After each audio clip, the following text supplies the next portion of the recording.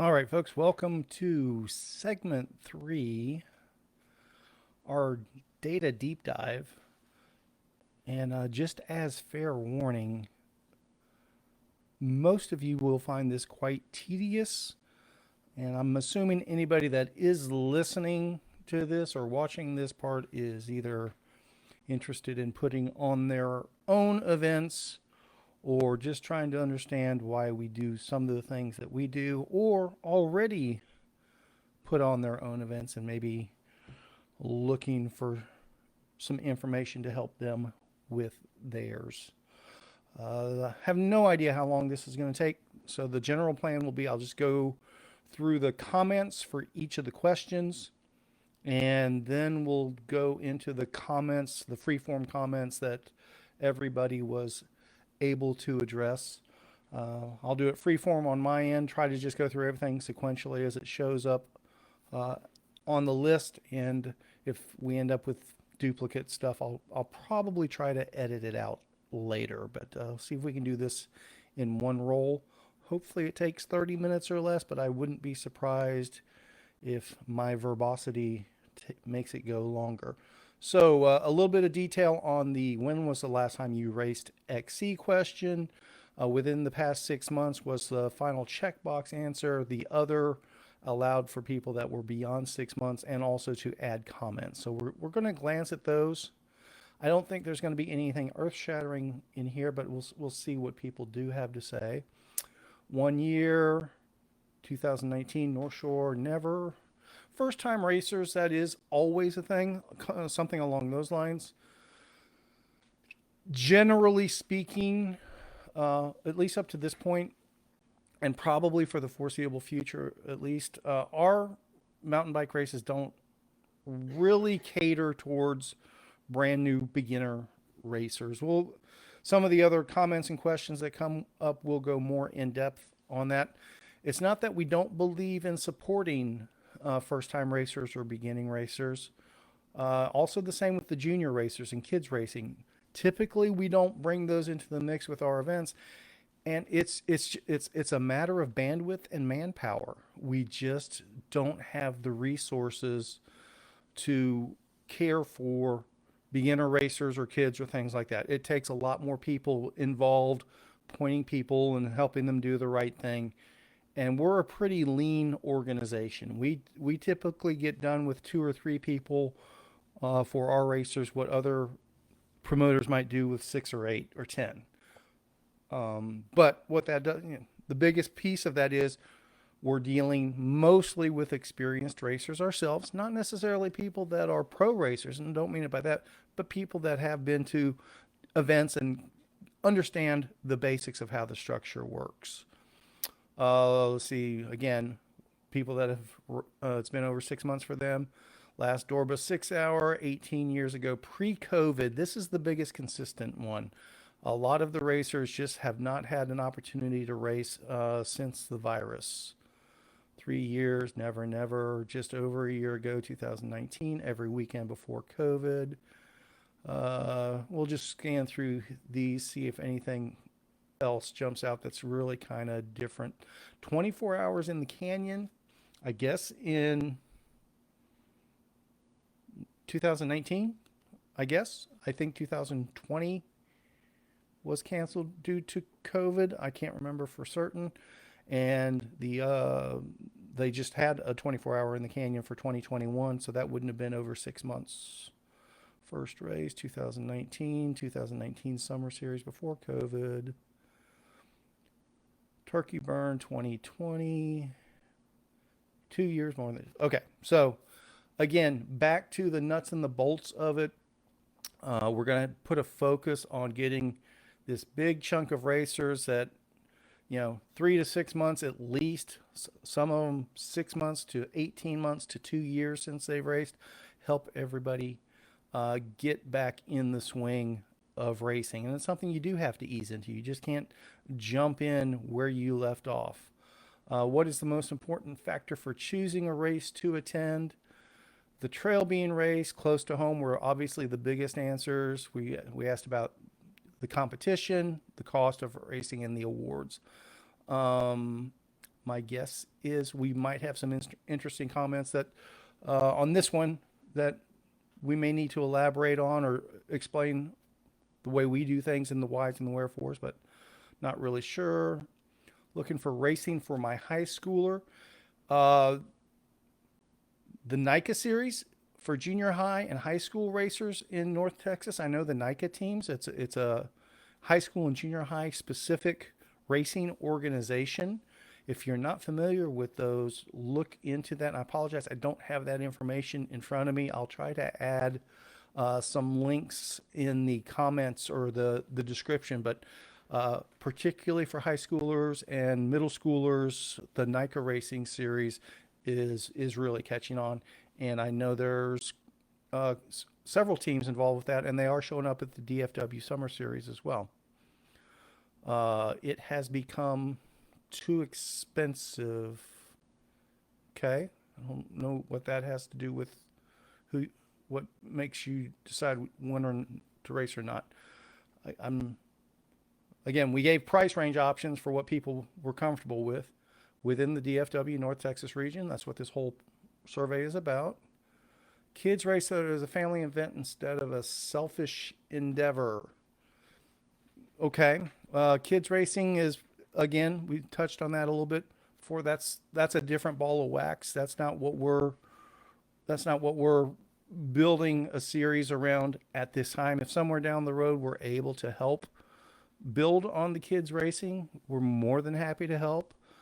We've done some of our races in conjunction with Dr. Cook in the past, Raintree Pediatrics, and there's been some challenges involved with that, to be perfectly honest with you. There's a lot of restructuring that has to be done to accommodate the kids races, and when you're trying to get a lot of different racers on the course at one time, it does present challenges.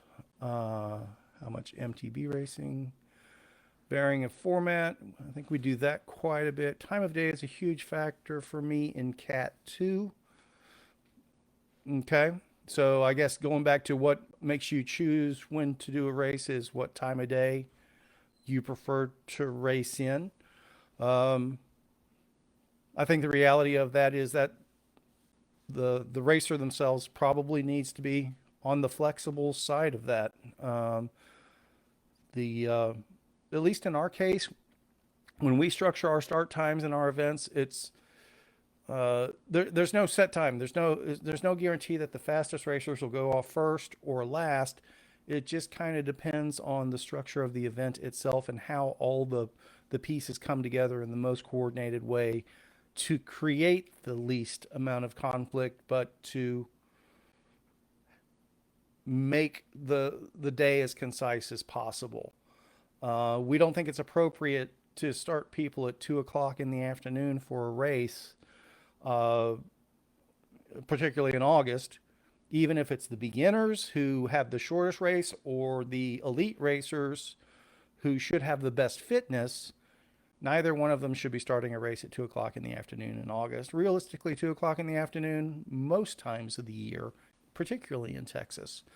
So we try to tighten that start window for all the groups as efficiently as possible. So if you're a racer that's dictating that, well, if my particular race doesn't start, if it starts too early or too late, I'm not going to race. That's probably not something we're going to be able to accommodate, because sometimes your particular group may start at 7 o'clock in the morning. Other times it may start at 10 o'clock in the morning. Value for event, definitely something we work on. Date, well, obviously schedule conflicts are a huge deal. Being able to get off work that day. Along those lines, we're always going to shoot for Saturday to be our main racing day on any given weekend, but there will be exceptions to that for various reasons. Maybe there's a venue conflict or whatever else. We may do an occasional Sunday race. But just to elaborate on that a little bit, over the years, we've definitely had people go, well, if you just did more races on Sunday, we'd be able to make it. Or if you just did more races on Saturday, we'd be, we've heard it both ways. There's no doubt that Saturday is what's going to get the most racers as opposed to Sunday. That's just how it's proved out over the years. Even the people that have told us time and time again, well, if you do something on Sunday, we can make it. Well, they're the ones that don't show up when we do something on Sunday. So Saturday is always going to be our priority, but it doesn't guarantee that our race weekends will always, the race will always fall on a Saturday. There can be occasions that it falls on Sunday. Being able to go forward, available free time, just a good race, not in the heat of summer. We do plan to race year round, but we are kicking off this endeavor in the heat of summer. Multiple distance options, definitely something that we offer and will be offering. The trail close to home, how much it costs to race it, understood. Day, time of race, personal challenge.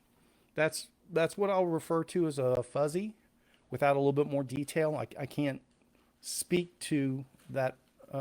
I can't speak to that, and in turn, by supplying this information, it's nothing I can latch onto to try to help with somebody that's looking personal challenge. Please try to give an example of what you mean by a personal challenge or what you're looking for from a personal challenge in the future. Close to home, I mean 2-hour drive. Don't have to leave the house at 4 a.m. Most of ours should be less than a 2-hour drive. There may be an occasional exception here or there, but if you're in the DFW Metroplex, most of our races should be well within an hour drive for most people, and some may just be around the corner from you. Specific age groups and different categories. We touched on that in the overview of how we're caring for the survey results.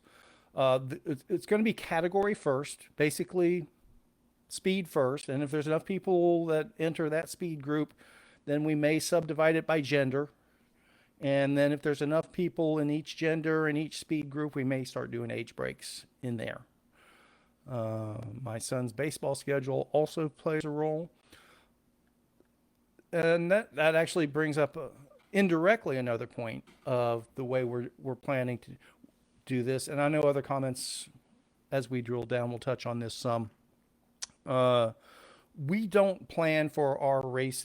We plan for each of our races to be a standalone race. We're not planning at this time for it to be a series where you're building series points, and at the end of the season we crown a champion for this.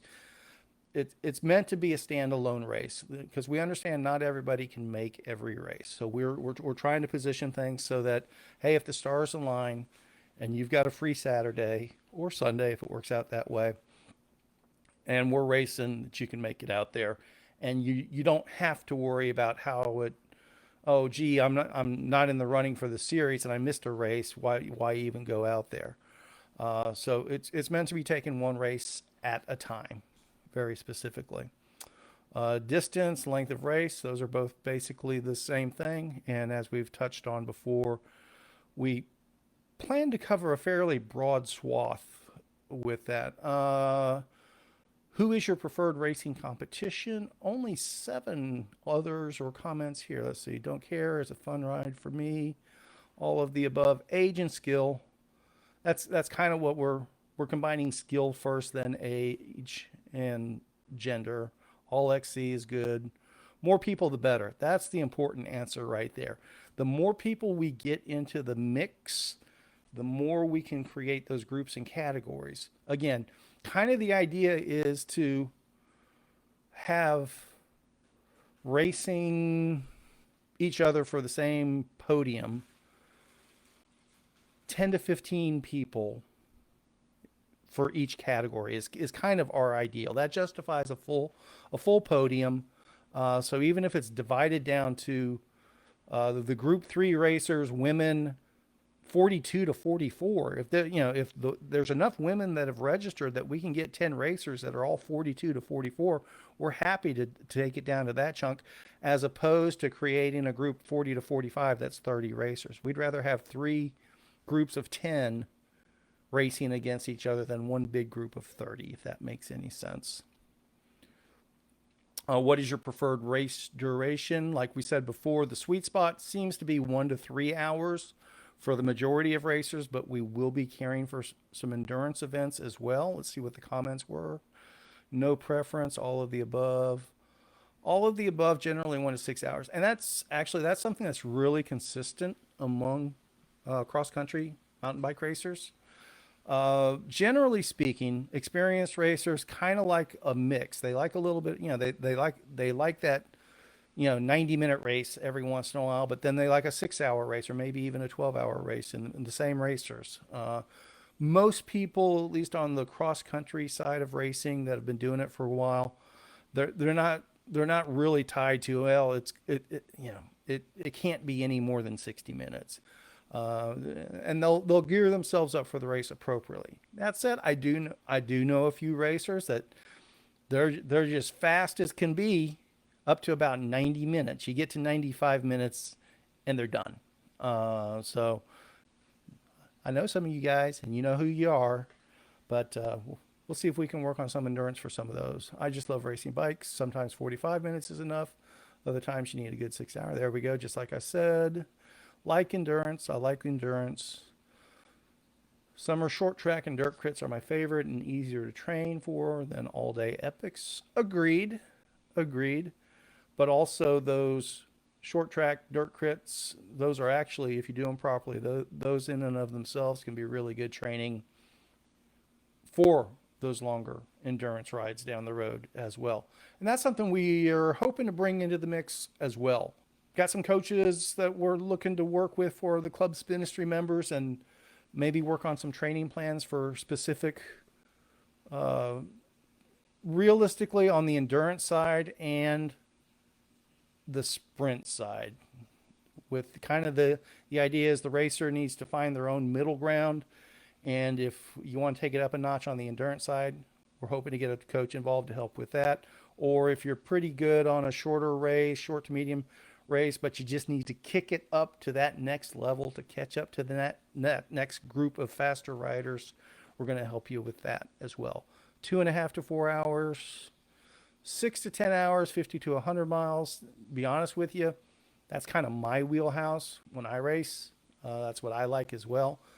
But an occasional cross-country shorter race doesn't hurt my feelings at all.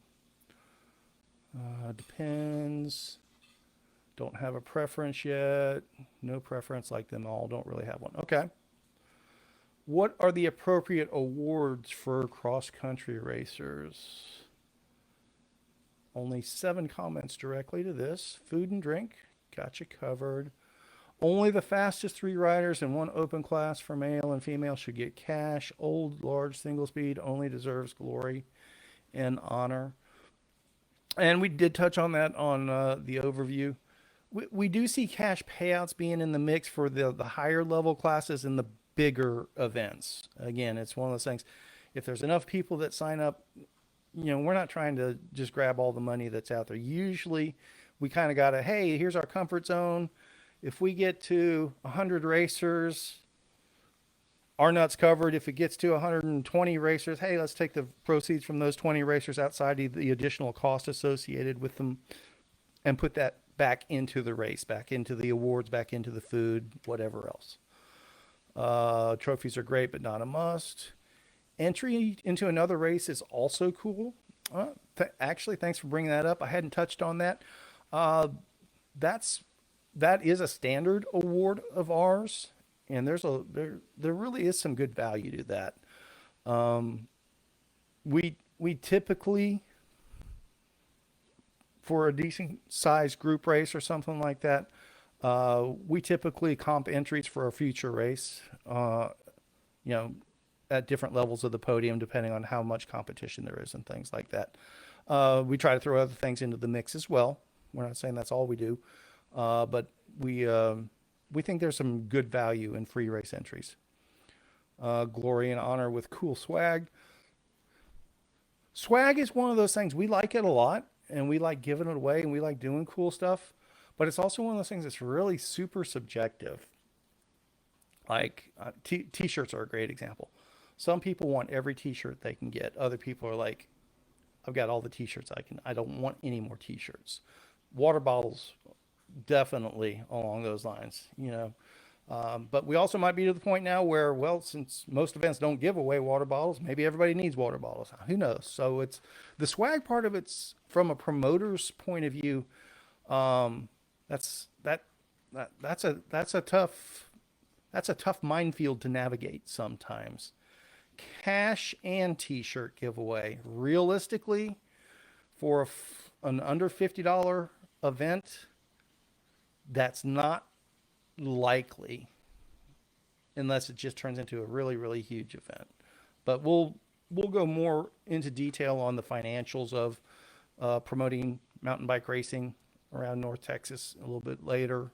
That touches on that in a little bit more detail. Bike related stuff, patch kits, pump, good wool socks, gloves. Those are all things I like as well.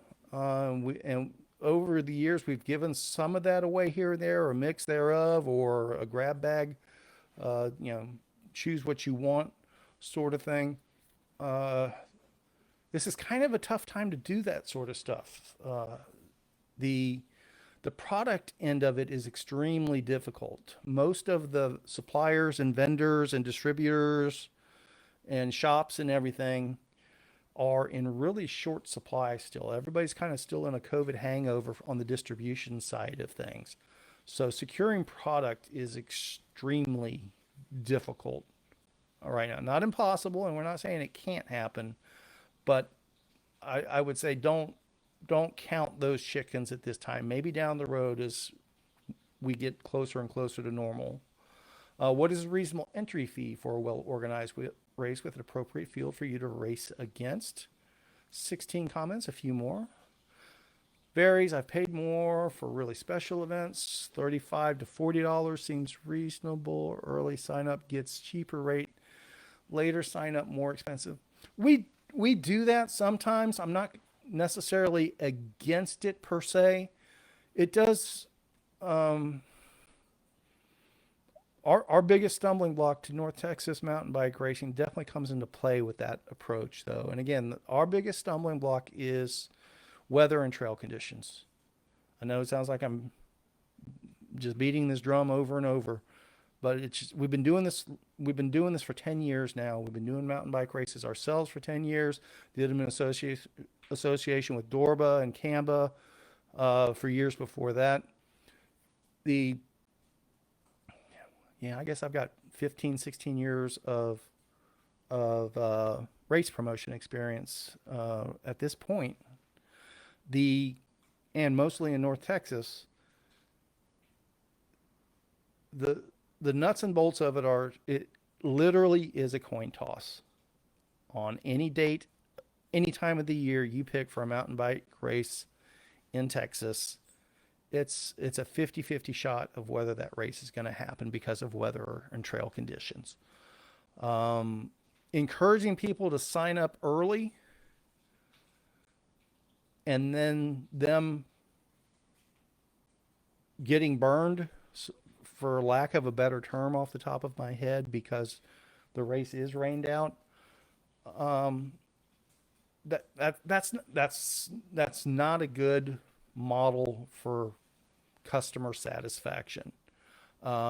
We think we help it out again, just in general. Again, the nuts and the bolts of things, just the way things work, it's not feasible to offer a refund policy. It's just, anytime you want to sit down with me over a campfire and a few beers, I'll really walk people through that process. But it's just not a practical policy to have refunds in this environment. The generalities of it is you're obligated to the costs as a promoter, or a big chunk of the costs, whether the event goes off or not. Now, along those lines, the reality is if you push that same event to another date, reschedule it, you usually don't have to double dip and pay those costs again. Usually your costs that are hardwired into the event are able to move to the next date as well. So, a lot of people think it's, oh, well, that didn't happen. You didn't have any costs, so just refund everybody's money. Still had the costs, still had to, pay for a bunch of different stuff, or be obligated to pay for a bunch of different stuff. So early sign up on the mountain bike racing side, I don't think makes a lot of sense for North Texas racing. But I say that definitely willing to consider it. We do it on the gravel side on a somewhat regular basis. Um, but generally speaking, the gravel events are also rain or shine. And the people that sign up for that know that well, I'm getting a discounted rate, but I'm not waiting till the last minute to see if the weather's going to be ideal that day. So they know it's a fair trade-off. It's a difference between ideal weather and no event. Those are two distinctly different things. $40 to $45. I think that's kind of where we're at, generally speaking. All depends on the race. Agreed. All in $25 for under an hour. Yeah, we're not going to be doing any under an hour stuff. Up to 200, maybe 250 for a weekend. That brings up a good point there. There is also the possibility, not yet, we don't have anything specific in mind along those lines, but there is also the possibility of having a full weekend of events at times. So it could be a mountain bike omnium or stage race or something like that, or just a full weekend at a standalone venue that we have all to ourselves. And that's a perfect example of where, in that case, if it's spread out over a whole weekend, we could do a dedicated kids race Saturday afternoon and a dedicated beginners race Sunday morning or something like that. So that sort of flexibility might give us the opportunity to do some of those other things that people might be interested in. Have no idea how much overhead there is. We'll touch on that. And obviously it varies from event to event, from venue to venue. That's usually the biggest factor. But again, like we've talked about, there's other things that come into place. Sometimes you need police on site, sometimes you don't, other things. But the rough math of it is just so when you sketch it out, the rough math of it is, particularly if you have chip timing involved, electronic timing, figure your costs, venue, timing, porta-johns, and basic requirements are going to be about $15 per participant. That's just to actually have a place to park, a place for people to go to the restroom, insurance, and a way to time people when they come across the finish line. Anything else is additional cost on top of that. Food, awards, again, police, if that's part of the equation. Sometimes you need supplemental insurance. If you bring a DJ on board or a photographer on board, that's additional cost. And then if there's giveaways, t-shirts, whatever else, that all comes into play. And you really do have to figure your costs on a per participant basis.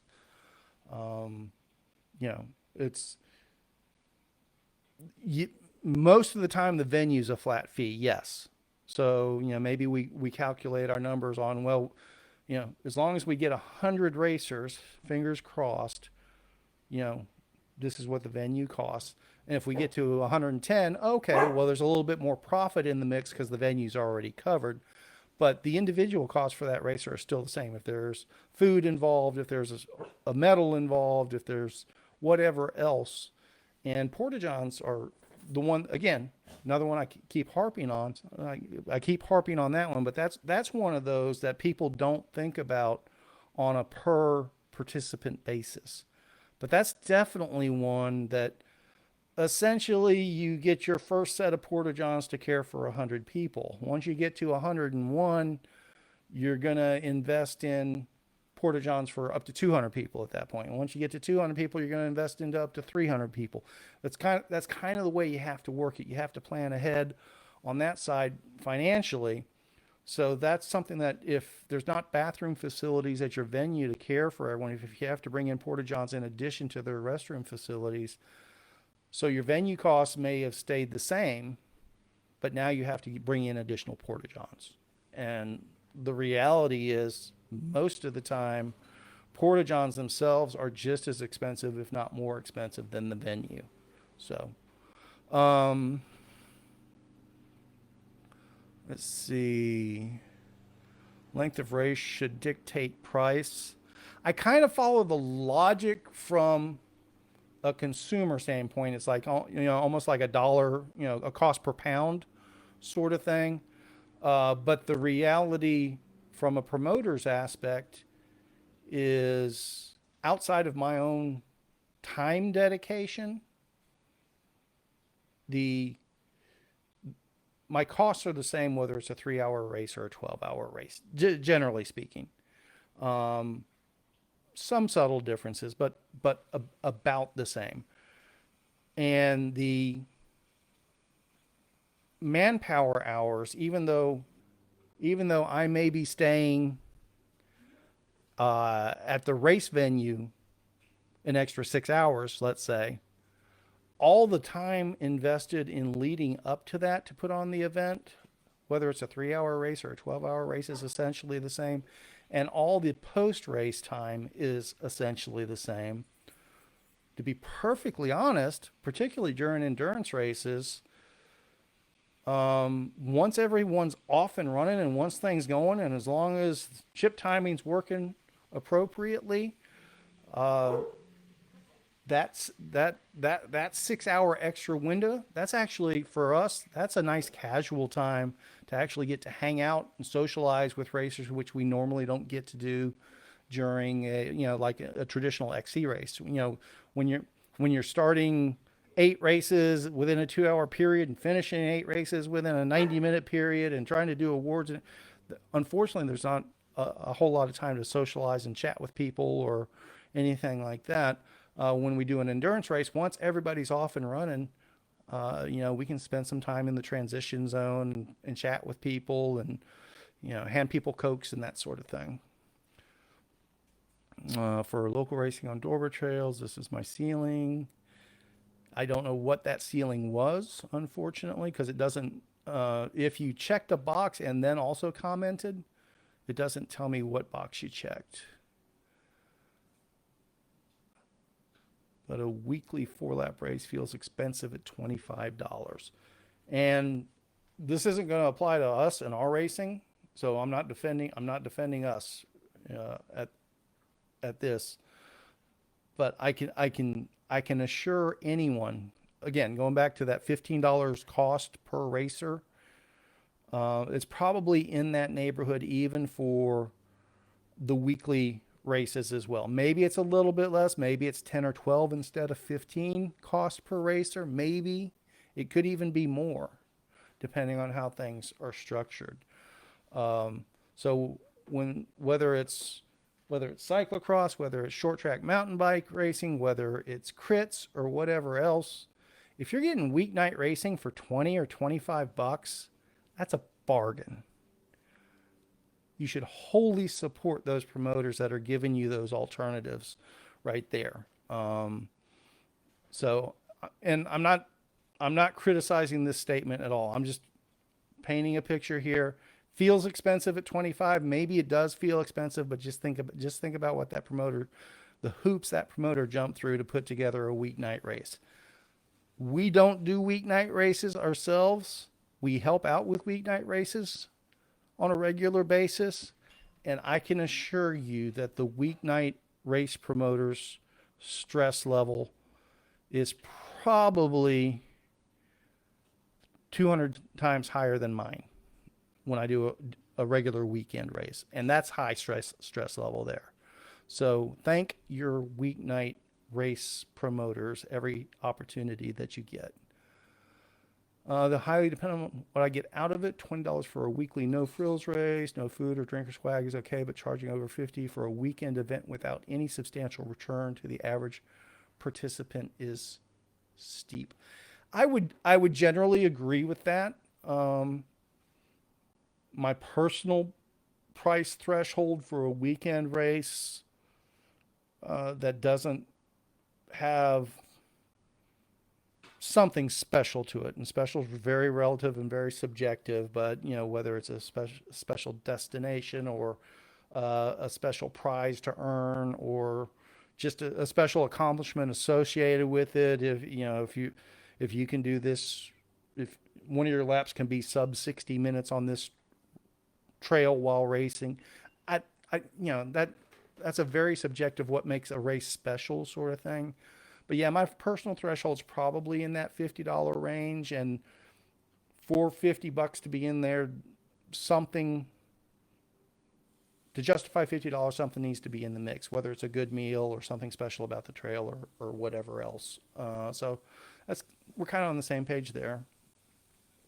Depends on the trails and the length of race. I mean, obviously, we don't want people to race the races that don't suit them. All right. Now we're going to dive into just the free-form comments. And we have 70 of them here. And I have not pre-screened these, so we're going to kind of come across these as they, I'm pretty sure they're in reverse order of when they were generated as well.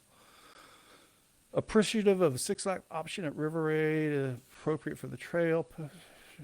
Post-race snacks, drinks were adequate, not sure much more is needed to balance against cost of awards in whatever form River Raid was blessed. Well, thank you. Always do great events. Keep doing what you're doing. Thank you. And I'm not looking for kudos in here, but thank you for those kudos. September, November race series, cooler weather, please. Again, we plan to host a race or schedule a race. I'm going to throw that caveat in there again. We're planning to schedule a cross-country race in North Texas each month. Whether or not it actually happens is obviously dependent upon the weather. But the reality is everybody should get heat acclimated. And even if it means just doing a shorter race in the summer, and we may even throw some evening options in the mix here and there as well. But yeah, you shouldn't just jump in feet first and go full bore 6-lap racing in the summer. You got to build up to it. It's not as tough to get heat tolerant as some people think, but you do have to go about it smartly. I have an article along those lines that I linked on our Facebook page last week or the week before. I'll post that in the notes on the YouTube video here as well. Enjoy Wrong Way North Shore a lot. We like that one too. That was fun and different. Like everyone else in North Texas that owns a mountain bike, I've already pedaled all the local trails. How about something new? New locations, new formats. Use road plus trail format. For example, you could use Irwin Park, part on the trail, part on the road loop around the park, or use Winters Park in Garland. Lucido has had cross races there. You can lay out whatever course you want. Find a willing landowner like the wineries, make a new course there. I've been there, done that, looking for new stuff. Now, I do appreciate what this person's requesting. I don't want this to sound like I'm dismissing their thoughts or their concerns or their requests. The reality is that's just not a realistic approach for successful mountain bike races around here. Covering a lot of ground here, but the main gist of this seems to be wanting something different, wanting something different, wanting something different. We're focusing on just getting regular racing going, and that's going to require access to venues that don't take a lot of hoops to jump through, selling the landowners on doing things to their land, or quite frankly, along the lines of like a cyclocross course. That's outside of our level of expertise, and that's just a lot of time going into an event that wouldn't be factored into our normal cost. So that's an additional cost that we would basically have to charge more for. And I don't know that we would even be able to do it very well. Even if we hired somebody to do it for us that we knew could do it well, still that additional cost. And then on top of that, and here's the big factor of it. This all sounds like really specialized stuff that the biggest racing groups really aren't going to be attracted to. It's gonna attract some outliers, and it could turn into a very, very cool event. Don't get me wrong. It could be a very cool event, but it's just not practical from what we're looking at this point. Just trying to get, to get that critical mass of cross-country mountain bike racing going in North Texas again. Now, some of the things that were touched, the Irwin Park thing, for example, along those lines. I've actually tried to do that several times, and I've been shut down by the city of McKinney. They won't let us do that type of event. We've tried to several times. So there's other factors that come into play as well. So again, like I said, I wasn't dismissing what this person was bringing up, just trying to explain why that type of approach doesn't fit into what we're looking at this time. It doesn't mean it always won't, though. We may look at doing specialty events. Find a willing landowner like the wineries. Well, we do have a willing landowner like 4R Ranch, and they've been over backwards, but now you're requesting them to just make a new course there. That's just not a realistic expectation. Took them 2 years to build the trail that they have so far. They're adding to it on a regular basis, but let's just get a new course there. How do we do that? How do we accomplish that? A beginner race category is always great. I agree as well. It's just not the time for us to focus on the beginners. Maybe somewhere down the road, we'll find a way to better care for the beginner racers. Any chance for MTB racing for high schoolers? Well, I mean, our races are open to high schoolers, so just sign up for the appropriate distance and the appropriate category. So that's fine. Used to love to do the Spinistry events, but it had become too expensive for me. I'm sorry to hear that. We do try to keep our entry fees as low as possible. And again, that is definitely one of the benefits of being a Club Spinistry member. It gives you lower cost to all of our entry or all of our events. And as we mentioned earlier, for this summer race, the plan is to make that first summer race free for Club Spinistry members. Love racing. Happy to help you out with that. While I enjoy long cross-country formats, early morning races around 2 hours might be easier to complete prior to the heat and the crowds. And we plan to do that. It just may not line up with each distance or each category. Maybe sell t-shirts. I'm definitely going to expand on this one because this is one of my biggest pains. And I definitely appreciate where this person is coming from with that suggestion, because we've tried to do it numerous times ourselves. The only thing that is tougher way to make a living than putting on cycling events is trying to sell merchandise associated with cycling events. Realistically, just trying to sell merchandise in general. Some people can do it. Some people are really good at it. It's just something that's outside of what I'm good at, or quite frankly, have any ambition to be good at. It's a lot of work to manage the inventory. It's a lot of upfront expense, a ton of upfront expense. And it's one of those things, you can do everything right for 5 events, and that sixth event doing it wrong, just choosing the wrong design or the wrong color or the wrong mix of sizes, or the event does get rained out and you thought you were going to have 500 people showing up and nobody shows up and now you're sitting on 500 shirts. Realistically, you don't order 500 shirts for a 500 person. Maybe you order 200 shirts, sort of thing. But now you're sitting on 200 shirts that you can't do anything with. Selling t-shirts is it.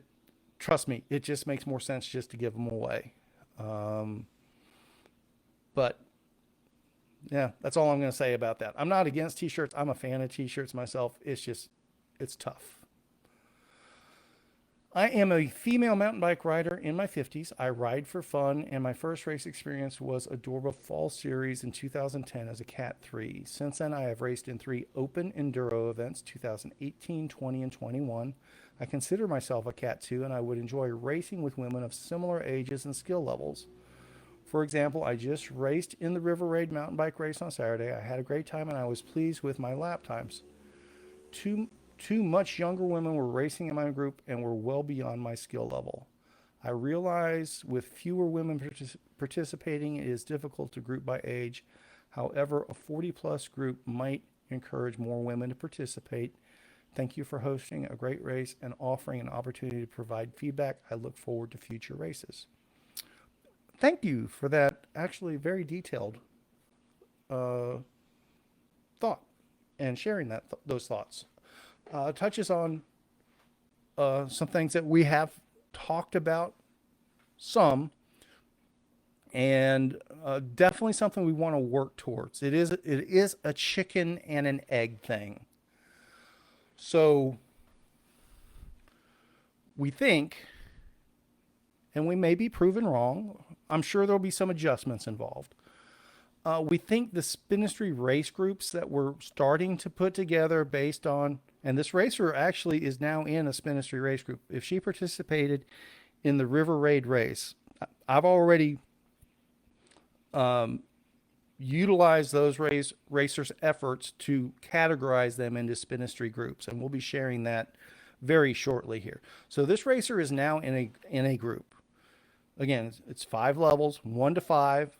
5 being the fastest, the most elite of racers. And for example, just based on the River Raid data, we only had 2 of our racers that qualified as 5s. The 4s are a pretty even-sized group with the 3s, with the 2s, and then we have a pretty good-sized group of 1s. Those racing groups are the primary categorization is based on their average speed for their race. So that's gender neutral. It doesn't apply to whether they're male or female. Like I was talking about earlier. So we group simplified 15-mile-an-hour racers with other 15-mile-an-hour racers in this category, regardless of gender, regardless of age. Okay. So the way we'll put the races together to begin with is we'll have sign up for your group 5 race, your group 4 race, 3 race, whatever else based on your capability. And then as more racers come in, we're able to subdivide. So if there's a bunch of women in the 3s, then we can have a women specific race category for the level 3 racers. And if there's a bunch of women in the 3s and a bunch of them are age 40 to 50, we can even narrow that group down to its own category as well. But the worst case scenario is if it's a smaller field, let's say there's only 8 people and it's a mix of men and women and it's a mix of 30-year-olds and 50-year-olds, they're all 15-mile-an-hour racers. So it makes sense for them to actually race each other if there's not a big enough field to subdivide it into women and ages and everything else. Hopefully that makes a little sense. Hopefully over time that helps encourage more people that are of comparable skill to sign up so that we do have more divisions that we're able to justify.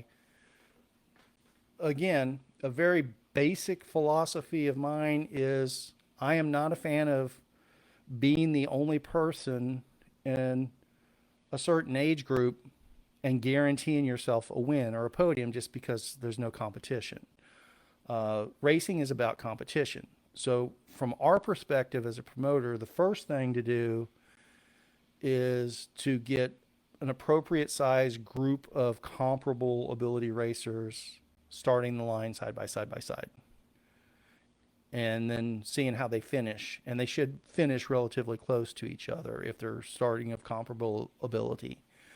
And if, again, over time, if that concept catches on and there's more people of comparable ability, then we can start dividing out the awards, uh, gender, age, et cetera, et cetera. But again, thank you for that detailed comment.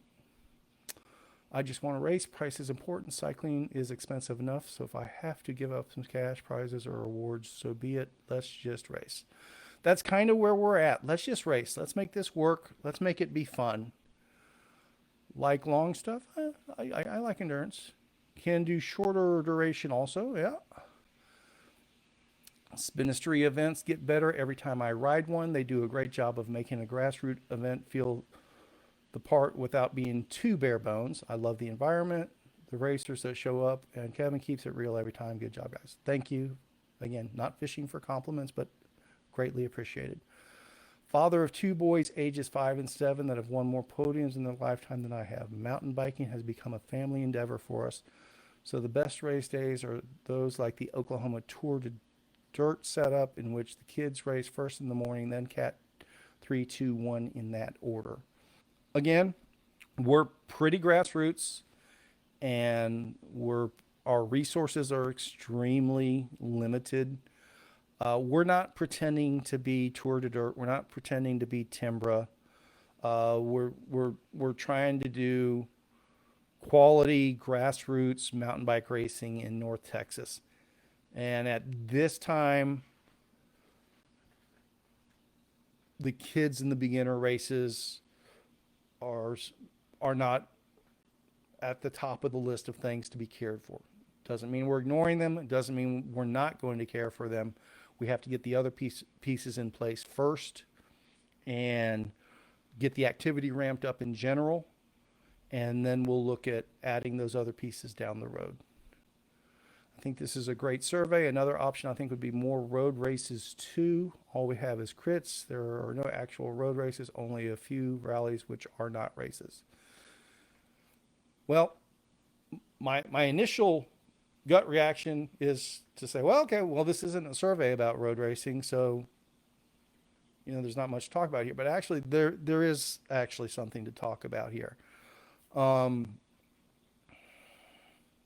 Because this doesn't just apply to the road racing environment. It has potential to start applying to gravel racing, and could definitely also apply to mountain bike racing. Actually, in some ways it already does in some areas.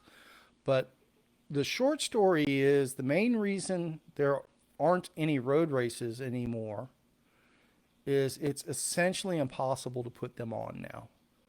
The costs are exorbitant if you're able to get the permission to do it in the first place, which is highly unlikely that you're going to get the permission to do it to begin with. The municipalities in the state don't have any ambition to encourage road racing. There are some counties that are now trying to shut down the gravel races as well. Not any of ours that I'm aware of. A county that one of our events used to use a corner of, but it was their laws or whatever you want, regulations, whatever you want, didn't come about because of our events. And there's other areas where, well, we already see it where mountain bike races aren't allowed on some trails. It's just that simple.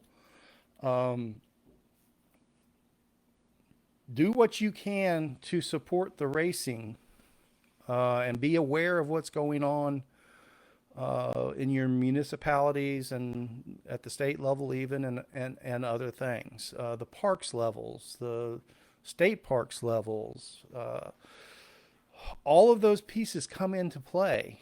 on whether a race can happen or not. And the particularly for road racing, it's almost impossible for road racing as it was understood in the past to happen in Texas anymore. Let's see. I like being time and having online access to results over numerous years. That's a good point, and I'm gonna take that.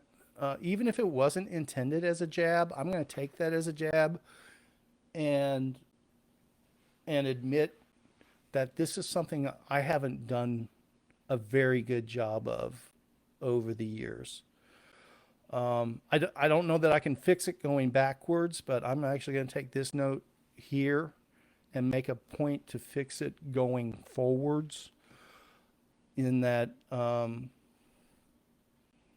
we need to do a better job of organizing our results long term and have them be retrievable, and find a uniform format for displaying them and accessing them and things like that. Like I said, I was just going through this randomly. I have not pre-screened this, and that's a comment that I'm definitely going to latch onto. Accessibility is key. Location, entry fee, competitive fields, classes for all kinds of riders. I think that's what we've been talking about in general. The top UCI XC races are about 70 to 80 minutes. All right. Well, to be perfectly honest,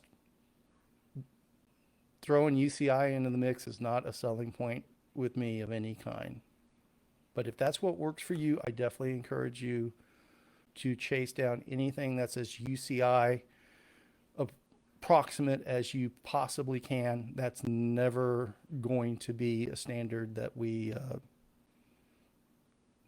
are attempting to approximate.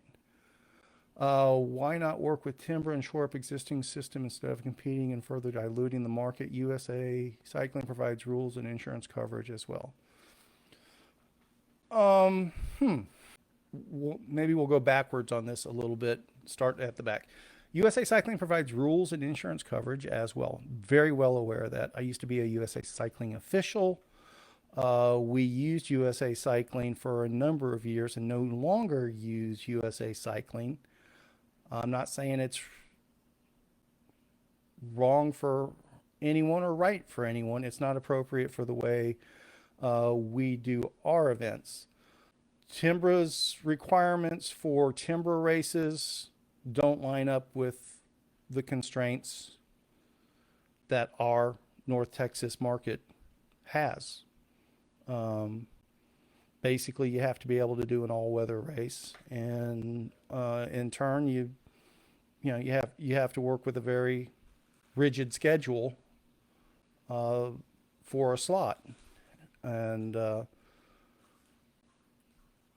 the idea isn't to compete with Timbra. The idea is to actually help people that are wanting to race at a statewide level like Timbra or the Oklahoma Tour de Dirt, build up their skill set and their fitness so that if they opt to race Timbra one weekend, they're better prepared for it. So if you're taking this that we're thumbing our noses at Timbra or USA Cycling, that's not the case at all. Quite frankly, it's almost the opposite.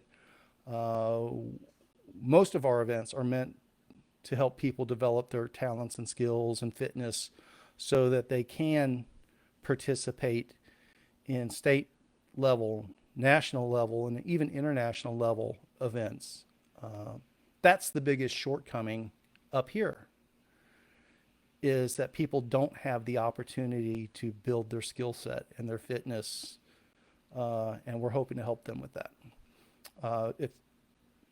If other race organizations want to come in here and do the same thing, they are more than welcome to. We've been, to be perfectly frank, we've been doing mountain bike racing off and on, like I said, as a part of Spinistry since 2011, maybe 2010. And there's been many times that we've tried to just let others deal with it, not necessarily walk away from it, but there's been, you know, there's been conflict that we felt wasn't necessary. And we were more than happy to let other organizations take care of mountain bike racing in North Texas. And we keep getting pulled back in because nobody else will do it on a consistent basis. And I'm not criticizing anyone for that. It's hard to make mountain bike racing in North Texas work. It's that cut and dried. But we think the racers and the riders deserve the opportunity to race. And that goes back to why we're saying we have no expectations of, this is not going to build a retirement fund for us. We have no expectations to make for these events to actually even be profitable in any significant manner. The goal is to not lose money on them. And the goal is to provide an ongoing racing outlet for mountain bike racers in North Texas. We know people want it. We're happy for other promoters to provide it on a consistent basis. If somebody else steps up and starts doing it and the market seems saturated, we'll be more than happy to step aside and let somebody else do it. We've done that at least 3 or 4 times over the past 5 or 6 years. And every time we step aside, the messages just keep, when are you going to do some more mountain bike races? When are you going to do some more? We need more mountain. There's nobody doing mountain. So that's why we're here. We're passionate about mountain bike racing. That's where I got my start. That's where Spinistry started. I don't, make no mistake, I love gravel. Still love, I'm a gravel fanatic now. But that wasn't the intent. That was a byproduct of the mountain biking. And I'm very passionate about mountain biking, mountain bike racing, and I'm very passionate about North Texas and the racers and the riders in our area. And I think they deserve the outlet, and we're happy to provide it, and we're happy to step aside if somebody else provides it at a better value, better event. We're not here to compete side by side with anyone. Endurance racing is the best bang for my buck. Dirty Dozen or 24 Hours in the Canyon style. Judgment Day is another great event. Agreed with all of those. Love your gravel races. I didn't hear about Arlington race until last minute. Racing is fun and I like fun things. Sorry to have missed the River Legacy race. I have not been riding the mountain bike much. You are doing God's work. I ride a lot in the local Dorba trails, so providing a race format that is different than a shred fest with buds is ideal. Spinistry puts together great gravel events, so I think adding some mountain biking races would be a good fit. Communicating is key. Not all of us surf Facebook. Some, like me, never get on it. I'm on Instagram only for events like this. Mass communication will help us all. And if anybody's been following our Spinistry page, the last few days, you've probably seen some of our posts along these lines. Please educate me. We have an Instagram account. We post everything to Instagram. We have a Facebook account. Obviously, most of our activity is there. We send out emails, and they are like mountain biking. We have a targeted mountain bike email list from people that have done our other events. But if you haven't done our events, you're not going to be on that email list. If you're not following our Facebook page, and this person doesn't go on Facebook, you're not going to see the majority of our information and content. And again, we are on Instagram. Hopefully you're following our Instagram account, The Spinistry. If you're not,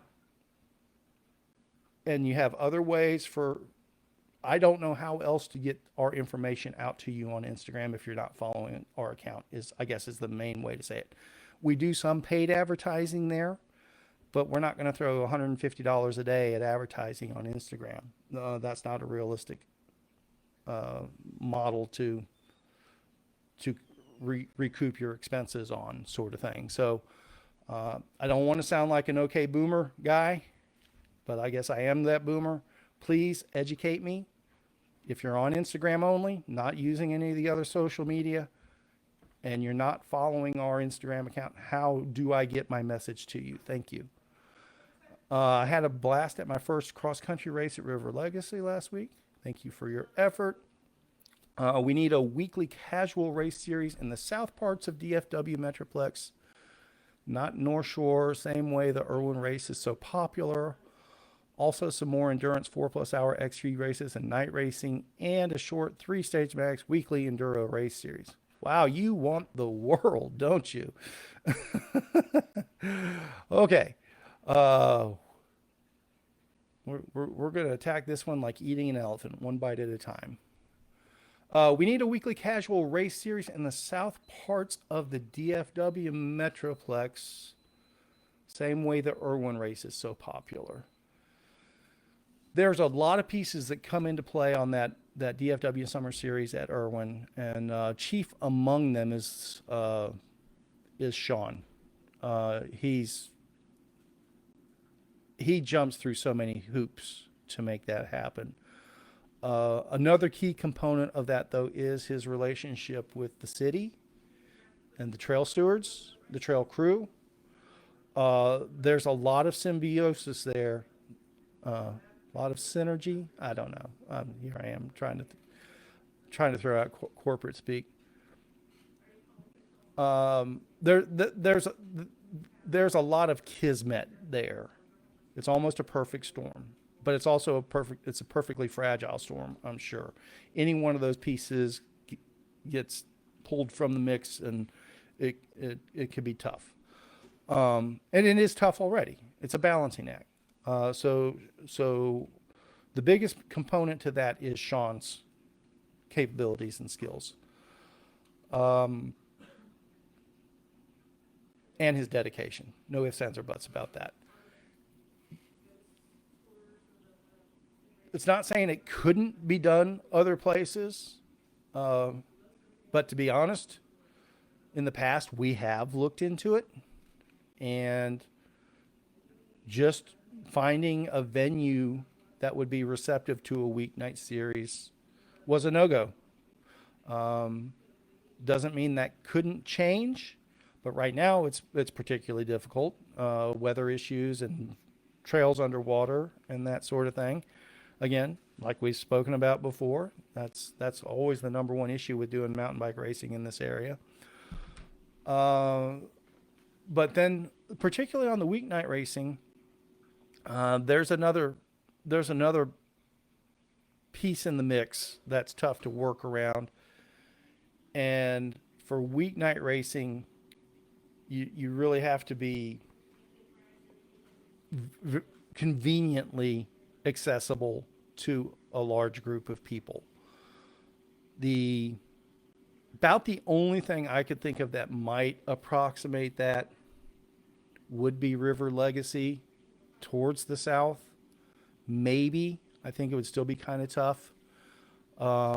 In the past, they have not been receptive to us doing weeknight racing there. Doesn't mean it can't change. Boulder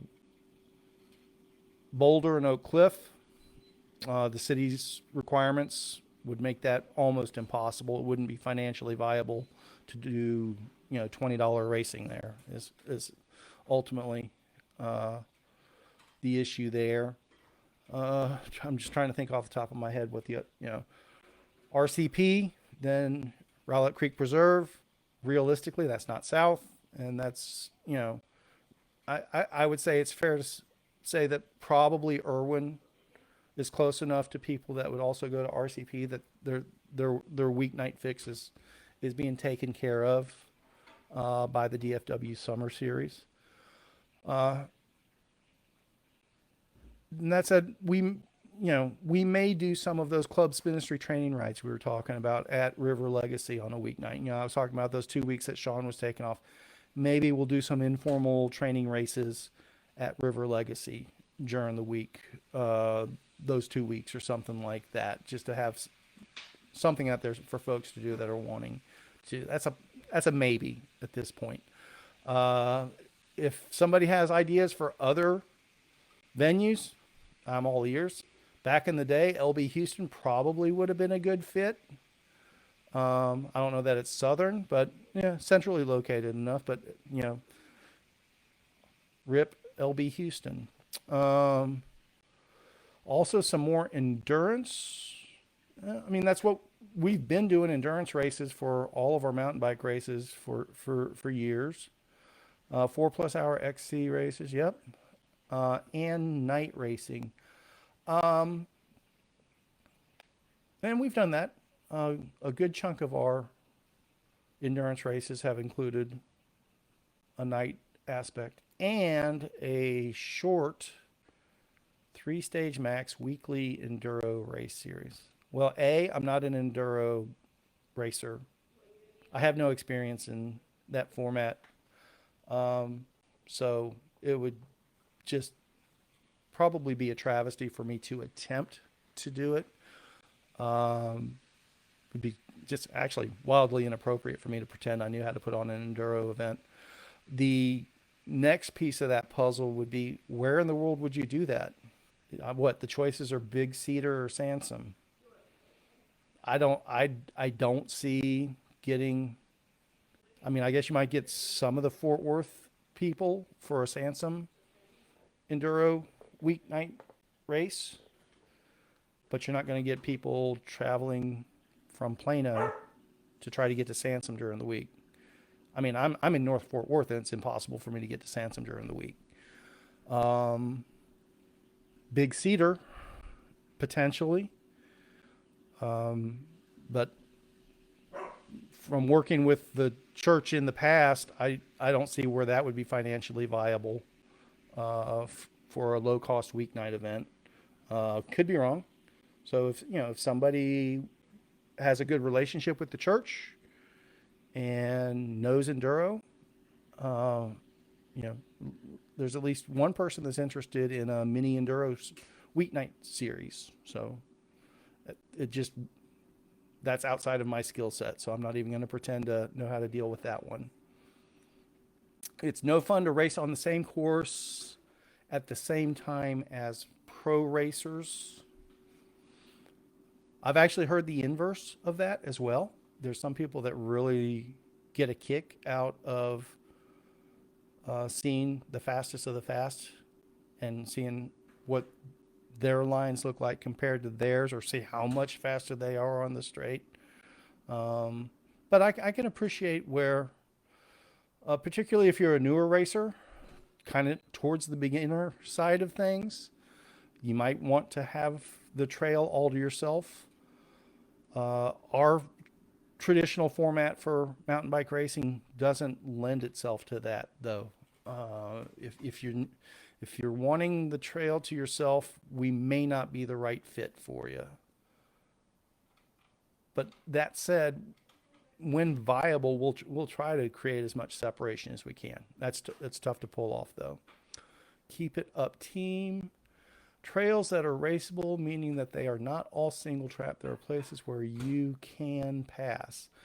I definitely appreciate that one myself. We're a fan of trails that allow for passing. It's just not part of the mix here in North Texas, quite frankly. That's not the way the trails are initially cut. It's not the way they're maintained. Numerous times in the past, when Sean and I worked together on Lone Star XC, we put together a still probably my favorite XC course that we ever put together. Was a Sansom, very unique outer loop, and we trimmed the trail super wide, but it was already the main corridor, so it was a wider section of trail anyway. And so it had a big downhill and it had a big climb in the mix. and probably 70% of the trail allowed for passing. That was that was for cross country racing. That was fantastic. Sean and I slaved over LB Houston. I think it's the last time we ever put on a race out there. I don't even know if there was even has been any other races since then, but maybe it's kind of a blur at this point. We slaved over LB Houston for a month, making it had been so overgrown with privet, it had been flooded, and we went out there after everything dried out and just cut everything back and allowed for a race loop that was too wide all the way around, and that was a fun racing loop as well. Most of the trails you can't do that though. The way they're cut, the trees are there, the limbs are there, the privet's there. Unfortunately, we don't have much control over that, and we're not in a position to dictate to the trail stewards how to maintain their trails, and we don't want to be, and we're not going to pretend to be. Now, along those lines, there is a very unique opportunity for side-by-side racing along those lines. And we will be putting it in the mix of one of our races. I touched on it earlier. We're gonna have at least one that's not just in our backyard, but the Brambles Trail at the 4R Ranch Vineyards and Winery, that's a wide trail. It works fantastic for racing, but it is a little bit further out. Most people are going to have to drive an hour and 15 minutes or an hour and a half to get there. But the property itself is absolutely amazing. It's worth the trip. But to justify that, we need to get people back in the mix of racing on a regular basis, get fit enough for it, and put together an event that's appropriate for that venue and appropriate for true side-by-side racing, and probably appropriate for true side-by-side racing for a full weekend. So stay tuned for more details on that. Thank you for your time and effort in putting on these events.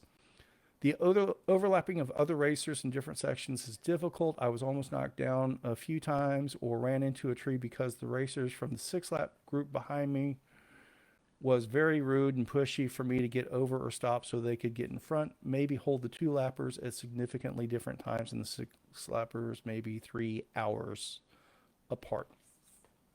Okay, so I don't want to sound like the bad guy here, but we're going to be realistic about this one. The reality is, yes, I do appreciate that, and we touched on it with that other statement before. I do appreciate that you would prefer for there to not be the overlap. We're going to go with it's not a realistic expectation to not expect overlap of some sort like that. If you're not comfortable with people wanting to pass you, if you're not comfortable with people on your wheel and pressuring you, you probably need to work on your racing skill set somewhat. And again, we're not meant to be a beginner racing environment. Doesn't mean we don't accept beginner racers.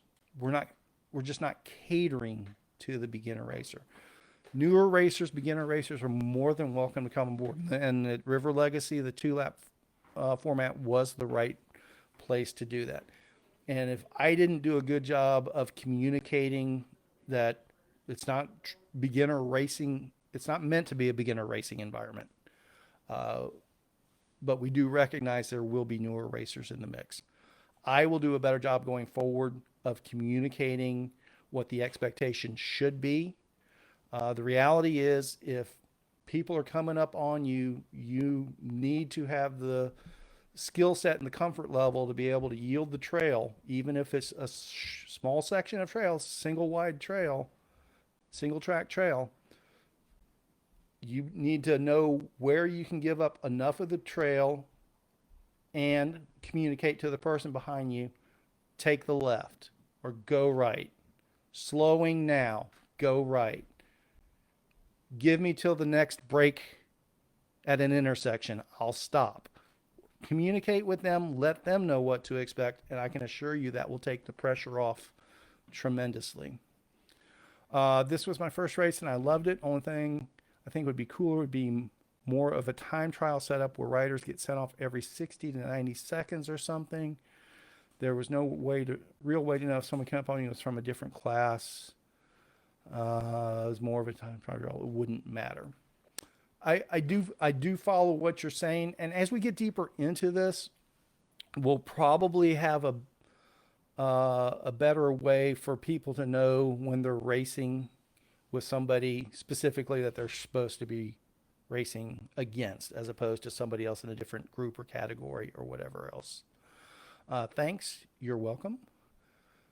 I used to race in Miami, and the winners normally got some bike components and goodies, which were donated by sponsors: tires, grips, saddle, hats, t-shirts, nutrition, etc. For the series winners, stands, no tubes, wheel set was the most expensive prize. Perhaps reach out to Specialized, Bontrager, Maxxis, Continental, etc. for such prizes. We did touch on this a little bit earlier. Right now is not the best time to approach sponsors in general for product. Most of them are in short supply, if they have any of their own product at all. And trust me, that's something we've been up against for the past year. The other piece of that puzzle is a lot of people don't understand how tough it is to actually get sponsor contributions, be it money, which is almost impossible to get. Just to give you a little peek behind the curtain there, generally speaking, cash sponsors, that's like the unicorn from all the event promoters out there. Cash sponsors are very few and far between.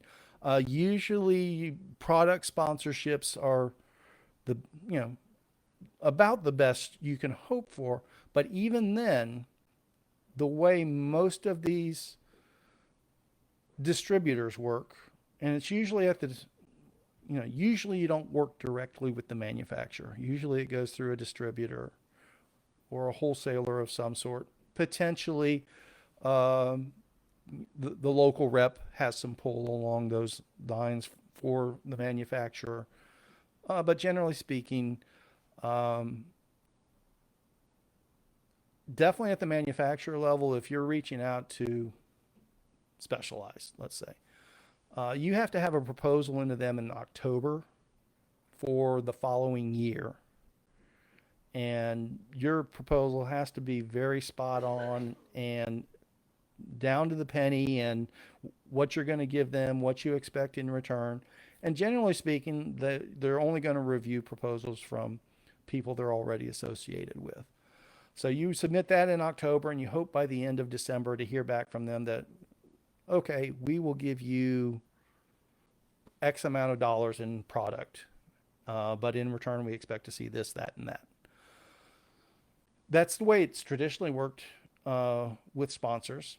And the last couple of years, it's just not, there's nothing to work with along those lines. No, and maybe it's about to change. I don't know.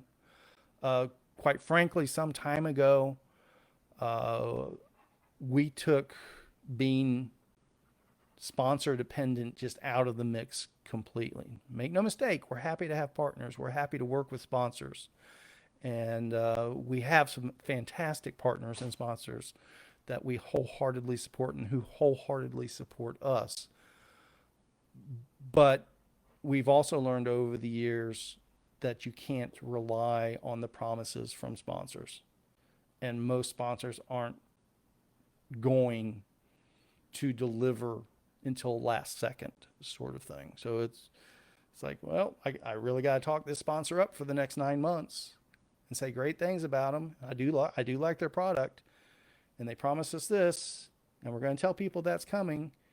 And then the event shows up and sponsor goes, oh yeah, we're out of that one. Sorry, we'll catch up with you next year. I'm not saying every sponsor does that. I'm not trying to imply that at all. Like I said, some of them are fantastic to work with, but that scenario I just painted is not outside of the norm by any stretch of the imagination. So some time ago, we took relying on sponsors out out of the mix. Whenever product comes available for us, we are extremely grateful for it, and we are extremely happy to share it with our racers and our riders. But it's also not we're back into that realm of realistic expectations. It's not a realistic expectation just to pick up the phone or send an email and have boxes of product show up at your door just because you say you're going to have an event with 200 racers. It just doesn't work that way. I enjoy your races at local DFW trails. I like a couple of distance options and awards by age. I have worked hard to get all the mountain bike race trophies in my office. Don't want to stop now at age 60. Well, let's get you some more trophies. Split by age and gender if at least 2 athletes are competing in that group. Finisher or top 3, medal, prize, t-shirt. Okay, and we're gonna go back to what I touched on earlier before. It has to be more than 2 athletes to be competing. It's just one person racing against another just because they happen to be the same gender and the same age. They can have completely different skill sets. So that's not really racing. Realistically, you have to be racing, the way I look at it, and I'm not saying this from a promoter to justify an award. What I'm saying is that for it to be a race, you have to be racing with at least 4 or 5 other people of comparable ability to test yourself to see if you are better than anyone else. So that's like I said, that's kind of our minimum standard there is, hey, if we get 5 or 6 people, comparable ability, we can give an award to the top one. If we get up to 10 of those people, we can give award for top 3. If we get 20 of those people, we can start splitting it up even more. That's kind of the nuts and the bolts of it. I have really appreciated the races you guys put on. I missed the last one because I broke my arm one day. Sorry to hear that. Even sorrier to hear that, but I will hopefully be ready for the next one. Hopefully so, and I don't know who this is, whoever this is. I am so sorry to hear about your injury, but we'll share this with everyone. If something like that happens, and I'm not going to ask for a doctor's note or anything like that, but if you get hurt and you're not able to make a race that you've already signed up for, doesn't matter if you're a Club Spinistry member or not, just let me know ahead of time and say, yeah, I broke my arm, Kevin. All right, we'll roll your entry into the next race when you're healthy enough to race. For those of you that aren't aware, that's another benefit of Club Spinistry membership. Any of our races that you sign up for, if you can't make the race, if you're a club member, it's automatically deferred. Just let us know. Even if it's that morning you wake up, you go, I'm just not feeling it. Send me an email or a Facebook message. Say, I'm not going to make the race today, Kevin. Whatever fees you spent on that race will give you credit towards a future Spinistry event of your choice for Club Spinistry members. But in this case, even if you're not a Club Spinistry member, if you go to the hospital because you broke your arm or something like that, just let us know. We'll when you're up and going again, when you're healed up, we'll apply those fees to a future race for you. Please include the more technical trail sections when the trail choice permits it, maybe only for advanced categories if necessary. So typically we're always going to use the same race course for everybody. There's a myriad of different reasons for that, but just the main one is just to lessen confusion. Do I go here or do I go there? Everybody goes the same way. That said, we don't typically dumb it down where we bypass a technical aspect just because it's a technical aspect. The issue is if it turns into a choke point. So if we're sending racers through an area that 40% of the racers are going to have to get off their bike and walk it, well, that's going to stack up a bunch of racers behind them. That's not fair to the racers behind them. So typically speaking, we don't bypass technical areas for safety, for lack of a better term. We bypass them for race continuity. So just something to keep in mind along those lines. I'm in the Austin area and there are not many organized races here at all. At this point, I don't foresee us doing Austin area or Central Texas area mountain bike races, not in the near future anyway. Um, I'm personally not familiar enough with the trails or the municipal connections or the permitting processes for those different trails, and it would be tough on the schedule as well. And also, I'm not dialed into that mountain biking community, to be perfectly frank. Um, Definitely some of the Austin area racers come to our gravel events, and so I know some of them, but I'm not up to speed on the scene there. So I don't know if we did try to do something down there, whose toes we might step on, or whose processes or things in motion we might disrupt. So that might be more than we want to take on. And I'm just not familiar with the scene there. I recognize that timber at the statewide level, it really is Central Texas centric, um, to be fair.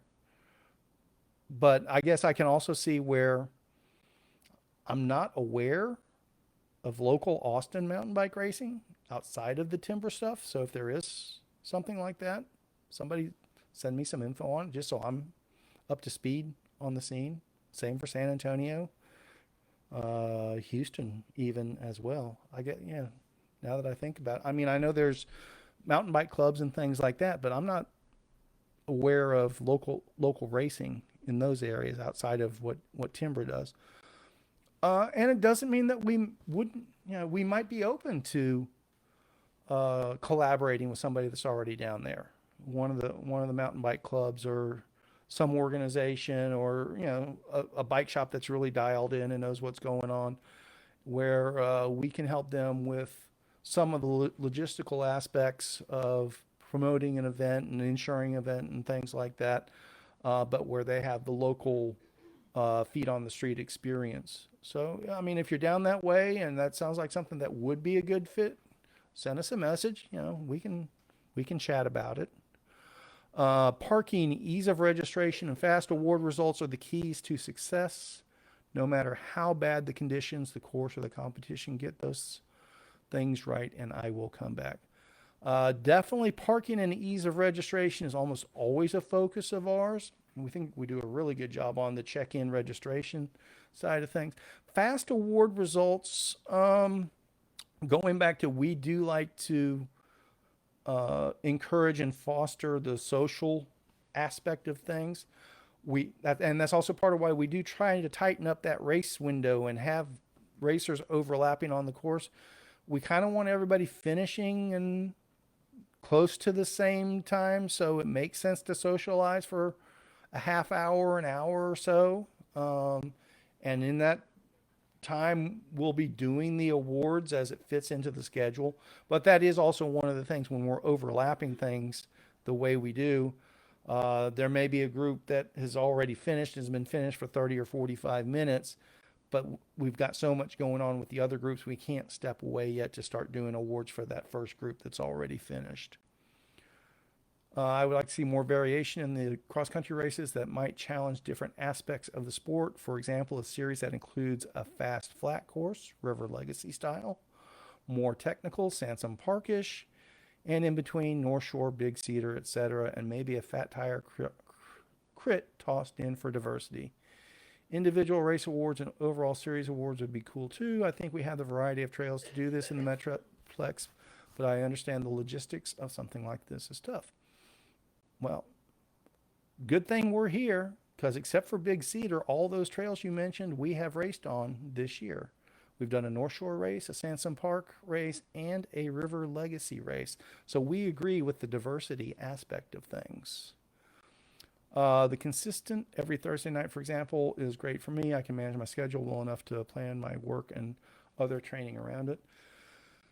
So along those lines, with what we're looking to do with the monthly race, it may not necessarily be that consistent where it's where we can say it'll be the third Saturday of every month or anything like that, for example. But hopefully what we can do is put out the schedule far enough in advance that you can plan for it should we be able to get the race off.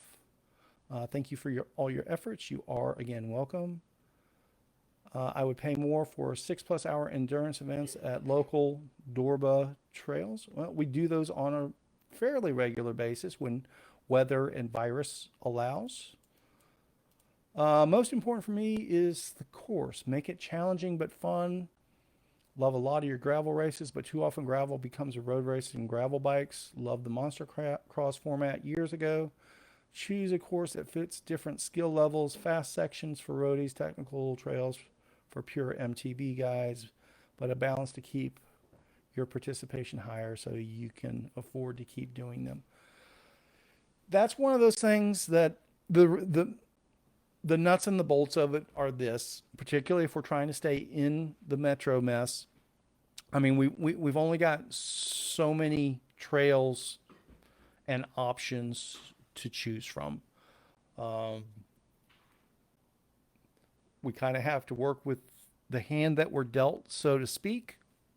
But that said, we are going to try to maximize it.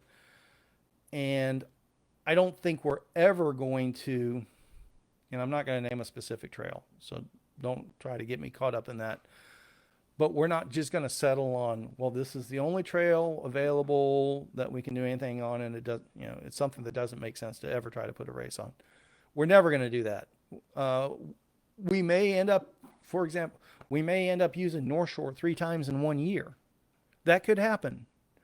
But we'll try to do it in different configurations and different formats for the racing or whatever, and mix it up.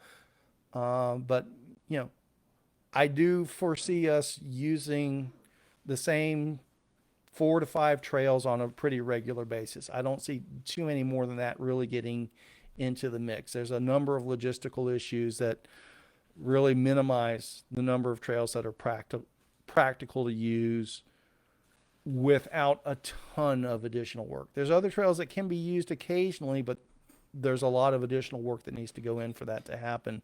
And that may not be realistic in our scenario at this time. I'm new to racing. I don't know that I have answers to some of these questions. Ask any questions that you want to anytime you want to.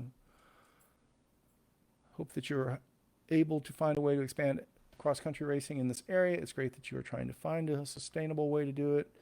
Y'all do a fantastic job. I'd like to see a championship-style series at the same track or different ones that encourages racers to show up to more events. Sometimes the trail popularity skews the number of participants, and there is a championship online. It could drive more competition. Series and championships are actually a double-edged sword. I don't disagree with you. The reality is, and when I worked on the cyclocross races, this was really evident. So what happens when you try to do a series or a championship series? There's a lot of excitement at the very front end of it, first couple of races. But after a couple of races, it just takes 2 races and half the field goes, I'm not even in the running anymore. So it actually, in a way, becomes counterproductive at that point. I'm not saying I'm a believer in championship series. I like the concept. It's just the championship series itself isn't the way to build up competition or build up participation. You have to build up the participation first and then roll that into a championship series environment. Starting with the carrot being a championship, it actually leads to a very steep decline in attendance after 2 events, basically the way that works. I have long been frustrated by how many different places I must search to find races in my area. I have just assumed that I am missing out on races because I didn't know about them. I would love to race with greater frequency, enjoy competing with those of similar skill and further within my age bracket. I have been to 2 Spinistry promoted events, DFW Summer Series and River Raid, enjoyed them both. I appreciate all the behind the scenes work that goes on and the fact that you guys have done an awesome job of communicating about the events. Your events are a bit lower key. They are absent all the ego and attitude that come with some promoters, especially non-MTB races, which makes them more accessible to novice riders without feeling embarrassed by not having the latest wheel set or the right piece of kit. Your pricing feels right, but everyone loves a bit of swag giveaway, even if it is something as simple as stickers, bottles, or T-shirts. Those of us next to the podium want some love too, and it is a great way to keep your name in front of the future racers. Keep up the good work, guys. That was a lot of words, and thank you very much. I was actually expecting there to be a bit of criticism in there. Actually, I fully agree with the frustration on the front end about dissemination of event schedules. And I recognize that we complicate that the way we do our stuff. I mean, we will throw, well, doing it right now with this mountain bike stuff. We will throw together stuff on the fly. Hey, less than a week's notice, we're going to be at River Legacy doing a time trial. That said, usually our bigger events, our established events, we do schedule several months out and put those on our calendars. But that's another one that we've learned over the years that we can't rely on other places that aggregate the calendars and the schedules and so forth. We can't rely on them to update our stuff appropriately, and it's not realistic for us to chase down every single site that has schedules on it and make sure, if our schedule changes by an hour in the day or they get it wrong or so. Long story, hopefully a little bit shorter. If you're interested in Spinistry events, the best thing to do is follow our Facebook page. It really is. And then on top of that, when you're on our Facebook page, go to our events tab and check it regularly. We literally every week will add a new event of some sort, if not more than one. And sometimes what we'll have on that Facebook events page is just a placeholder. It's like, okay, we know we're going to do something in this general area on that weekend, but we don't have the permits yet, or we don't have all the pieces tied together. So it's not appropriate for us to share all the details. But we're we'll give everyone as much heads up as we can that, hey, we're going to be doing a mountain bike race on August 28th in North Texas. And as soon as we can share more details with you, we will, sort of thing. Follow our Facebook page. Open our emails, and please do read them. I mean, we try to make them as concise as possible, but sometimes the information that might be really relevant to you may not be in the very first paragraph. It might be in the third paragraph. Different people have different things that are important to them. So like when we send out an email, we have to try to cater to everyone that's on that specific list. I wish there were, particularly for the mountain bike racing, I wish there were a one-stop shop to get all that information. We actually tried to do it in the past ourselves. We tried to put together a racing calendar, and we couldn't get buy-in from the other promoters to keep us informed of what their dates were. I've be honest with you, I've always felt that would be a fantastic part of the Dorba, not responsibility, but service. If that was a piece that they took on, and because they're a nice neutral party that would be a great information resource that would allow them to help them promote and grow their membership as well. But there's just not a one-stop shop for that information right now, unfortunately. All right, I'm going to kind of scroll through these and see if something new pops up. I wish there were more races around Fort Worth and Dallas. Do like a local serial series, I guess is what they meant. Well, that's basically what we're doing. And, well, the last one, nothing else. So we're going to end there with the nothing else. Like I said, if you made it this far and you listen to this level of detail, you have a sickness to begin with. But I'm also going to guess that you have an interest in potentially organizing some events yourself. If that is the case, and that's part of why you made it this far into this presentation, and you're interested in potentially collaborating on some stuff and potentially on the mountain bike side, um, send me a message. We don't know where this is going yet. We're just trying to get the ball rolling. We're trying to accommodate. It's beyond a perceived need. It's a known need. Racers want to race, and they need an outlet to do it. The facts of the matter are that, you know, we're not in a position to make that the full-time Spinistry gig. We love the gravel stuff. We're going to keep doing the gravel stuff. But in turn, if there's an opportunity to expand mountain bike racing in North Texas, and it's on the same weekend that we're doing a gravel event in the Austin area, we don't want to limit North Texas mountain bike racing just to us being available ourselves that weekend. If there's somebody we can collaborate with and put the pieces together and take care of the racers, we're open to those kinds of ideas as well. So thank you for listening, watching, whatever you did up to this point. We're going to go ahead and shut it down, sit down with the MacBook and do some editing, and hopefully get this uploaded so people can check it out on Thursday. Thanks for joining us. Spinistry out.